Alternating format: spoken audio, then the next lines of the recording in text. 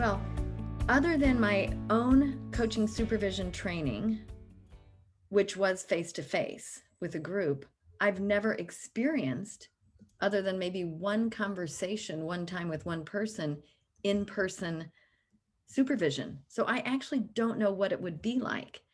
My mind answered, I would probably prefer virtual because it is more efficient, right? I don't have to drive somewhere and drive back from somewhere. And so just, it's more efficient to be virtual. Yes, a strong preference is to be in person. Yeah. I have more flexibility, more things that I can do in the spur of the moment. Some approaches to supervision that I find easier in person, although I can do them virtually as well. Well, you get to see the whole person sitting in a chair. Their posture is more evident. It's easier to look at the people. You know, I have not figured out how in virtual I can look at the person's image on the screen and look at the camera at the same time. But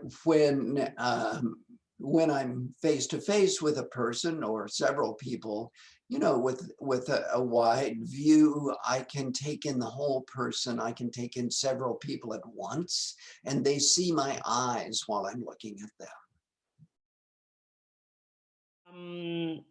I don't have to waste time in commuting. Second,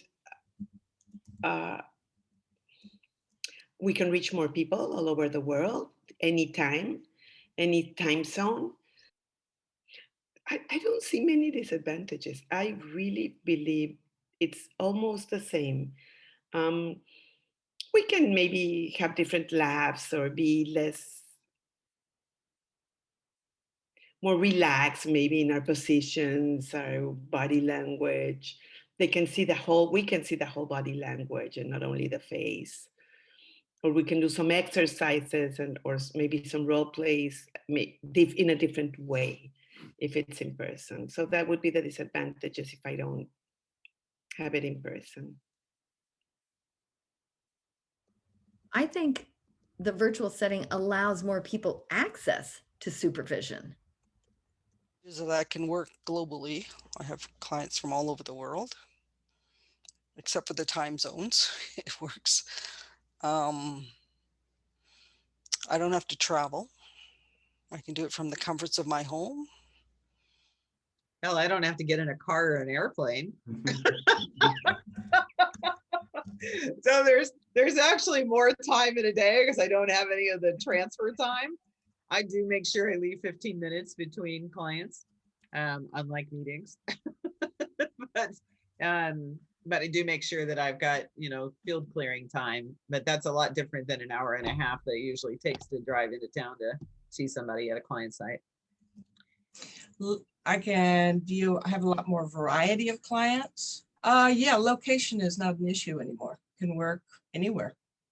The ability to work across cultures, and I like that. I prefer to work virtually because of we are both comfort, the supervisee and myself in the place that we are. We have a lot of possibilities virtually. We remain speaking about our emotions, being vulnerable. I don't see any difference on those aspects, you see.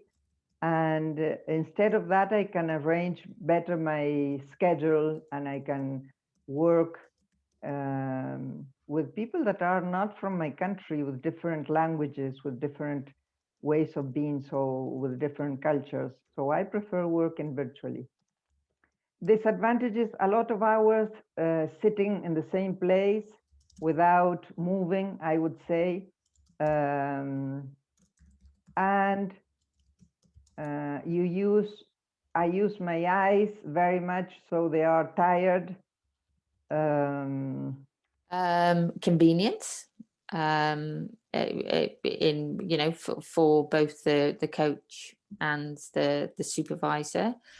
I think another advantage that I see is being able to work with people in multiple locations. The main advantage would be the diversity of perspective.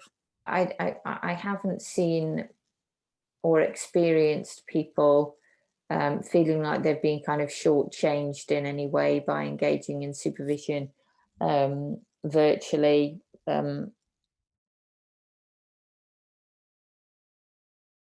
I will be working, I would say 80–90% virtually. Also because the coaches that ask me for supervision don't live in my country or in the place where I live, you see. So I love virtual. I would keep on going virtual. I think I can reach much more people, and it's easy and it's fast, and I like virtual. So will you?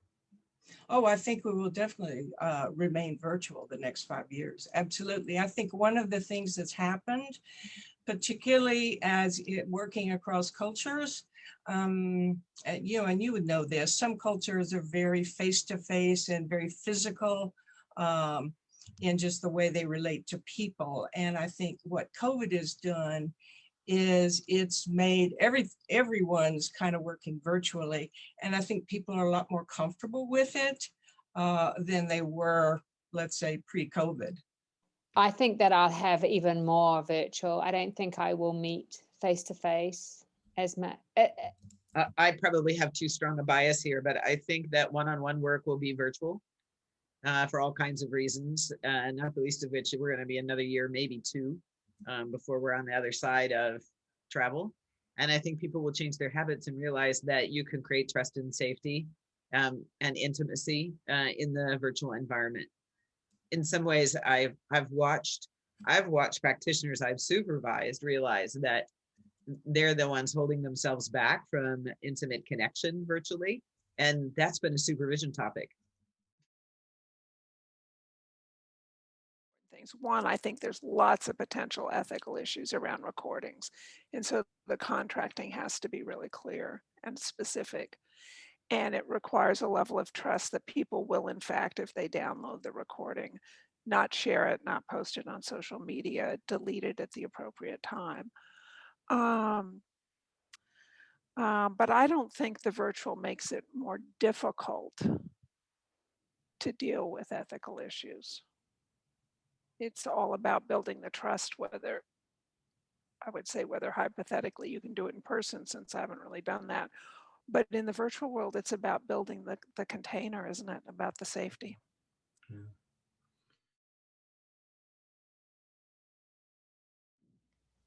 I'm mindful of using different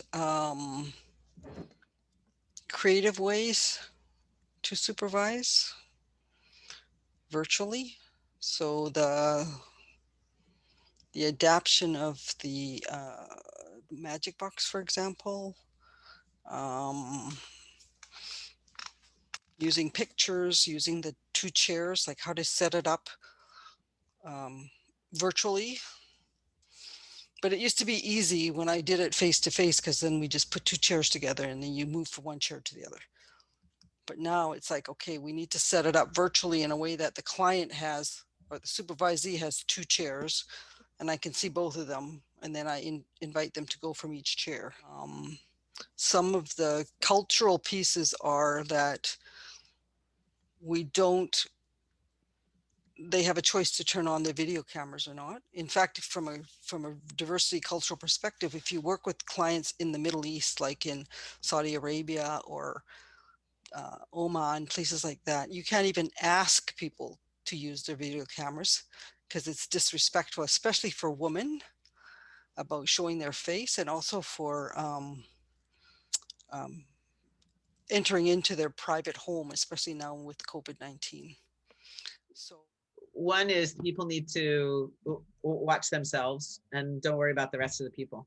Like talking to yourself in a mirror is a practice. So if they're feeling uncomfortable about being in a group like this, when they're on Zoom, to look at their own image and speak to themselves, because it's all about them anyway. and relax about the rest. When it's not their turn and they're in observing mode, to be able to soften their eyes and kind of pull back from the screen a little bit. So I do offer, those are two particular tips. The other is leave your mics open always, leave your camera on always. Set up your environment to support you in being completely comfortable in your space. There is the coffee in between, the chit chat, you know, little conversations that you may have when you receive people and they have coffee and they introduce each other extra officially, and they found out that someone knew someone else or they went to the same school, so they can relate more. For me, this initial moment of creating the group spirit is faster face-to-face. Other than that, I see no difference. So I think, like coaching, the trust and safety are the most important parts of supervision and how you respond to what emerges. And that is irrelevant if you're doing it face-to-face or not, for me. Okay. To me, it's very, very important to look either at the eyes, the image of the other person, or the camera. It's very important that the other person can feel that you really are present there and looking at them. I'd say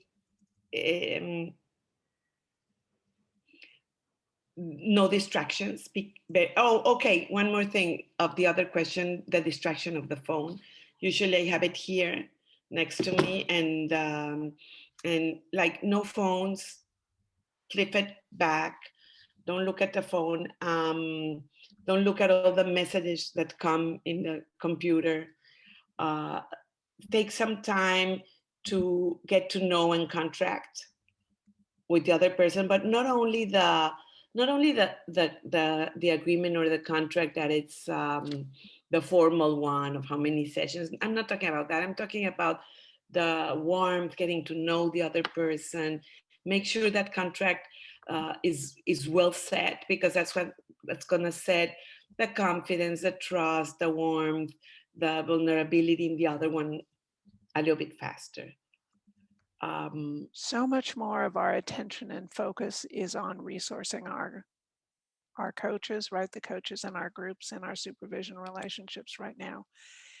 And I wonder if what that has helped us as supervisors and those of us as coaches in supervision or supervisors in supervision come to appreciate differently is this element of resourcing the coach or resourcing ourselves if we're in supervision of our supervision. So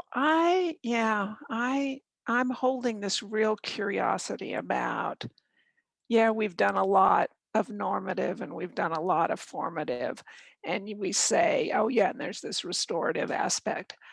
But I wonder if restorative isn't more in all of our awareness now, and if that won't hold going forward as a really slightly bigger part of what we do. I think to ask people what's going on in their bodies, to make sure you say, hey, what's going on in your body? Just, look around. What is your body saying? Because you can't ask that yourself because you can't see it. So asking people what's going on in their body, how are they sitting? What are they feeling? What are they noticing? That would be one.